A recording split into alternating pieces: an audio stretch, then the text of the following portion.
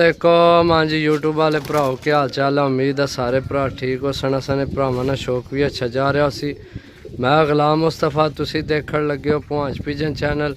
माशाल्लाह भरावां वास्ते लैके आया इंडियन जोड़ा जनाब, लाल गला जोड़ा। ए मादी है, ए नार है जनाब। चेक करो। जिस भरा ये तो नहीं चैनल सब्सक्राइब नहीं किया, सब्सक्राइब करो ताकि असी जड़ी वीडियो लगाइए भरावां तक आसानी ना पहुँच सके। माशाल्लाह बड़ा अच्छा नायाब जोड़ा। क्लोज तो चेक कराने सही है। ए मादी चेक करो सही है। ए नार चेक करो माशाल्लाह। मादी कट्टी है विचों, नार गोल होए है सही है। ते जनाब कीमत तुहानू दस दी है सिर्फ 4000 रुपया। 4000 रुपये ने जनाब जोड़ा है सही है। रेट कुछ भी नहीं दोस्तों। 2000 रुपये 2500 रुपये पर जनाब बच्चे मिलने सही है।